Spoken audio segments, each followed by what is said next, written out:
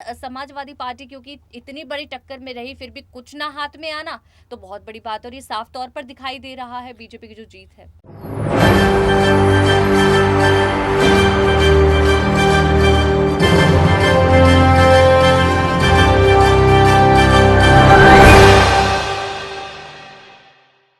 नमस्कार, मैं हूं मोहम्मद आसिफ और आप देख रहे हैं एसपी9 न्यूज। एसपी9 न्यूज में आज बातचीत करने वाले हैं एमएलसी चुनाव को लेकर, खास करके कांग्रेस पार्टी को लेकर। एमएलसी के चुनाव भी हो गए, नतीजे भी आ गए, कौन जीता कौन हारा सब पता हो गया, लेकिन इस बीच में इस सवाल का पता नहीं चल पाया कि कांग्रेस कहाँ थी।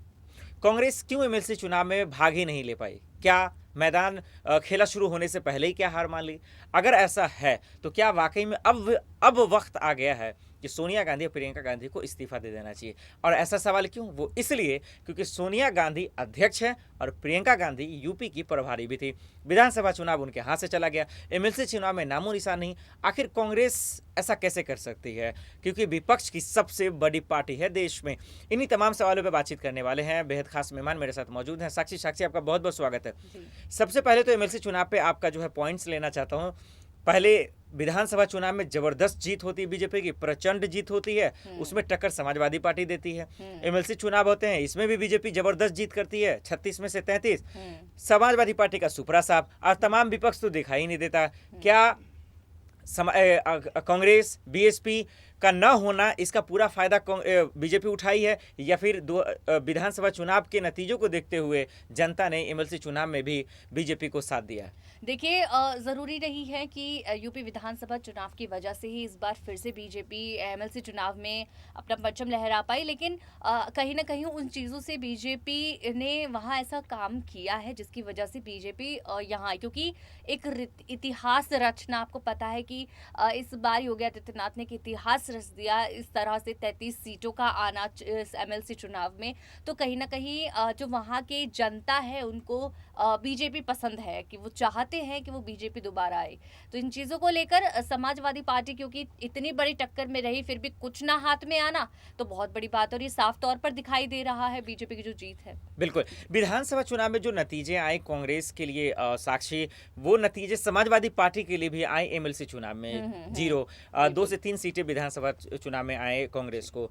प्रियंका गांधी यूपी के प्रभारी हैं, कांग्रेस की महासचिव भी हैं। अजय कुमार का लल्लू का तो उन्होंने इस्तीफा ले लेते हैं जब विधानसभा चुनाव में हार जाते हैं, तो और इस चुनाव में तो वो नजर भी नहीं आते हैं। क्या अब वक्त नहीं आ गया कि प्रियंका गांधी को इस्तीफा दे देना चाहिए, क्योंकि जिम्मेदारियों को तो समझ ही नहीं रही हैं और ना कहीं दिखाई दे रही हैं? क्या लगता है कि वाकई में वक्त आ गया उन्हें इस्तीफा दे देना चाहिए, या उनकी जिम्मेदारी बन रही देने की? देखिए, जिम्मेदारी इसलिए बन रही है इस्तीफा देने की क्योंकि आप जिस पोस्ट पर काम कर रहे हैं, आप कांग्रेस पार्टी के अध्यक्ष हैं, आप वहां पर इस तरह से यूपी की प्रभारियां आप काम कर रहे हैं, लेकिन कहीं नामो निशान ना आना एक बहुत बड़ी बात होती है।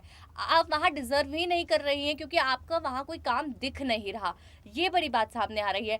लेकिन वही चीज़ है कि जो वहां पर काम कर सकता है, जो उस, क्योंकि आप समाजवादी पार्टी का अगर हम कंपैरिजन देखें कांग्रेस में, तो कांग्रेस के सामने भी समाजवादी पार्टी ने यूपी विधानसभा में भी जब यूपी विधानसभा चुनाव हुए थे तो बहुत अच्छा काम समाजवादी पार्टी का दिखा था। कांग्रेस कहीं नहीं दिखाई दी। हालांकि समाजवादी पार्टी का रिजल्ट अच्छा रहा पहले से और कॉम्पिटिटर अच्छी बनी है।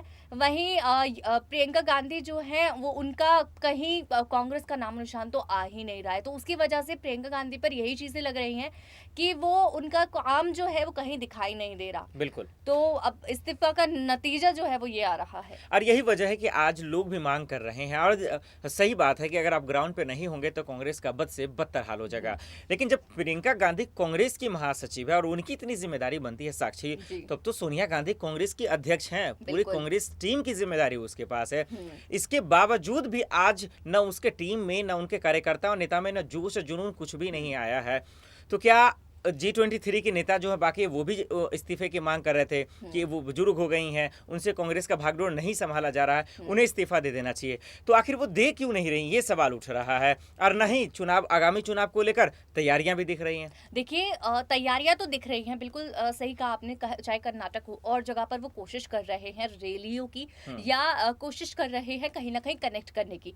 उनको इतनी चीज समझ आ चुकी है कि 5 राज्यों में तो हमारा दूर दूर तक हमें काफी टाइम भी लगेगा, चीज़ों को संभालने में, जनता से कनेक्ट करने में, क्योंकि कहीं न कहीं बीजेपी जो है वो अपने रंग बिखेर चुकी है इन राज्यों में। तो कांग्रेस का थोड़ा मुश्किल हो जाएगा, क्योंकि समाजवादी पार्टी तक नहीं कर पा रही। अब समाजवादी पार्टी की खुद धीरे-धीरे छवि गिर रही है, जिस तरह से उनके सदस्य जा रहे हैं। तो अब कांग्रेस को ये चीज़ें दूर से दिखने लगी हैं कि हम थोड़ी-सी और मेहनत भी करेंगे तो नहीं हो पाएगा, जब तक हमें एक अच्छे अध्यक्ष की ज़रूरत बिल्कुल। नहीं पड़ जाती, क्योंकि एक इस टाइम है ज़रूरत। इस टाइम उनको इस्तीफ़ा की इसलिए ज़रूरत है, इस्तीफ़े इसलिए माँगे जा रहे हैं क्योंकि जब आप एक अच्छे अध्यक्ष को बैठा देंगे, जब वो अच्छा काम करेगा, तभी कांग्रेस का नाम कहीं आएगा। आएगा और वो ज़िम्मेदारियों को निभा भी पाएँगे। क्या यही वजह तो नहीं है साक्षी जो आप बता रही हैं जिसकी वजह से आज कांग्रेस ने एमएलसी चुनाव में भाग ही नहीं लिया? तो जी। क्या यही वजह तो नहीं है? या फिर ये वजह है कि विधानसभा चुनाव में करारी हार मिली, अब 5 राज्यों में सुपड़ा साफ हो गया कांग्रेस का, क्या इस वजह से नहीं ली भाग यूपी चुनाव के एमएलसी में? या फिर इस वजह से नहीं ली कि आज उन्हें कोई एक ऐसा लीडर ही नहीं है, जो उनका टीएल ही नहीं है जो कांग्रेस को चला सके? बिल्कुल, देखिए एक तो लीडर की ही बात है कि लीडर नहीं है उनके ऊपर। जब तक टीम लीडर नहीं होता, टीम लीड नहीं होती। इसी तरीके से जिस तरह से यूपी विधानसभा में उन्होंने अपनी हार देखी, जिस तरह की हार देखी, तो उम्मीद तो छोड़ ही दी थी। और उम्मीद छोड़ दी तो अब तो बिल्कुल नहीं हो पाएगा। और इस वक्त क्योंकि उन्हें पता है कि समाजवादी पार्टी ही उनसे अच्छा खेल रही है, तो कहीं ना कहीं जो उन पे आने वाली वोटिंग है वो भी कहीं ना कहीं समाजवादी पार्टी पर चले जाएंगे, जो बच्चे कुचे हैं। इस वजह से एक कहीं ना कहीं उन्होंने अपना जो ये चीजें हैं पीछे हट गए, सामने ना आना, आगे ना आना। तो वो यही रीजन है कि एक तो अध्यक्ष नहीं है, टीम लीडर नहीं है सही, जो सही डिसीजन ले सके, सही तरीके से ऑडियंस से बात कर सके, कनेक्ट कर सके, उसकी वजह से। ये बहुत बड़ी बात है। चलिए एक आखिरी सवाल की ओर रुख करते हैं और साक्षी यार समझने की कोशिश करते हैं और दर्शकों को समझा भी रहे हैं कि क्यों आज वक्त आ गया है कि सोनिया गांधी, प्रियंका गांधी को आज इस्तीफा दे देना चाहिए, क्योंकि जो कांग्रेस की छवि है, कांग्रेस जिस तरह से तैयारियां कर रही है उससे बीजेपी पे तो कोई फर्क नहीं पड़ रहा। बीजेपी जबरदस्त जीत की है एमएलसी चुनाव में, क्या अब मान लिया जाए? और साक्षी आखिरी सवाल है, मैं चाह रहा हूँ कि विस्तार से अब समझाएं। पहले विधानसभा चुनाव जीतना, फिर यूपी का एमएलसी चुनाव जीतना, अब ज़्यादा करीब नहीं है, ज़्यादा दूर भी नहीं है 2024 का चुनाव। कहते हैं कि सेमीफाइनल था और कहते हैं यूपी से ही रास्ता खुलता है दिल्ली का। तो क्या बीजेपी ने उन तमाम चीज़ों को पार कर लिया है और 2024 का जो बचा हुआ है मैच, फाइनल मैच, वो भी लगभग जीत ही चुकी है बीजेपी? बिल्कुल, देखिए हम इस बारे में काफ़ी बार डिस्कस भी कर चुके हैं और ये कहीं ना कहीं साफ तौर पर दिखाई दे रहा है। जब पहले यूपी विधानसभा में जीत हासिल की और प्रचंड जीत हासिल की, उसके बाद ये चीज़ के अनुमान लगाए जा रहे थे कि अब तो 2024 बीजेपी के हाथ में है। ऊपर से जब दूसरी पार्टी के सदस्य बीजेपी में जा रहे हैं और बाकी पार्टियों के सदस्य बीजेपी में जा रहे हैं, तो कहीं ना कहीं बीजेपी की जो छवि है वो और ज़्यादा बनती चली जा रही है। ऊपर से अपर्णा यादव को आप देख लीजिए कि उनके वहां होने से एक छवि का फायदा तो पड़ रहा है। ऊपर से जिस तरह से शिवपाल यादव के आने के संकेत हो रहे हैं, उससे भी बीजेपी की छवि का फायदा पड़ रहा है। और अब तो आजम खान भी, अब आजम खान की भी बात हो रही है, क्योंकि चाहे आजम खान बीजेपी में आए ना आए, लेकिन अगर अखिलेश यादव की पार्टी से निकल जाते हैं, यानी समाजवादी पार्टी से आजम खान निकल जाते हैं, तो भी बहुत बड़ी छवि बीजेपी की ठीक हो जाएगी कहीं ना कहीं, क्योंकि उनका भी तंज बिल्कुल समाजवादी पार्टी की तरफ है। क्योंकि जिस तरह से उनके अपने सदस्य, इतने पुराने सदस्य निकल कर जा रहे हैं, निराश होकर जा रहे हैं, तो बीजेपी को जनता ये चीज़ें समझ रही है, तो उनकी तरफ रुख और ज़्यादा जनता का बीजेपी की तरफ बढ़ रहा है।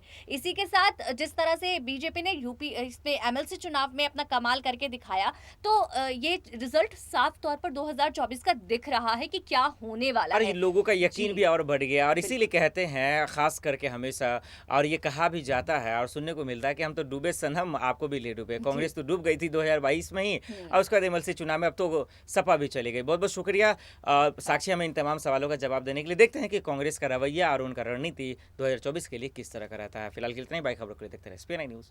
नमस्कार।